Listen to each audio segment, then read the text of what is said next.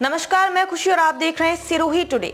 आइए नजर डालते हैं आज की बड़ी खबर पर। कहानी देश के पहले चुनाव की आजादी की खुशबू से लिपटी है दास्तां।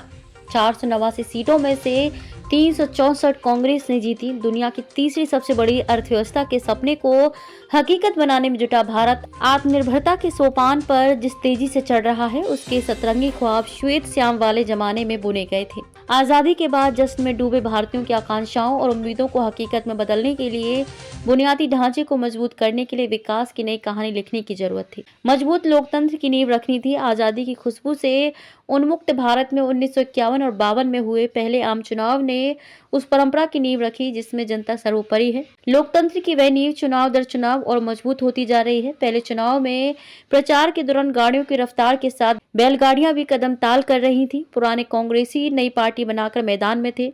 489 सीटों के लिए हुए चुनाव में कांग्रेस ने 364 सीटें जीती। अंबेडकर और श्यामा प्रसाद ने बनाई नई पार्टी। आजादी के बाद प्रधानमंत्री जवाहरलाल नेहरू के पहले केंद्रीय मंत्रिमंडल में समाज के अलग अलग क्षेत्रों से 15 सदस्यों को चुना गया। इनमें श्यामा प्रसाद मुखर्जी ने मंत्रिमंडल से अलग होकर भारतीय जनसंघ की स्थापना की, तो संविधान निर्माता डॉक्टर अंबेडकर ने अनुसूचित जाति फेडरेशन की स्थापना की, जो बाद में रिपब्लिकन पार्टी ऑफ इंडिया कहलाई।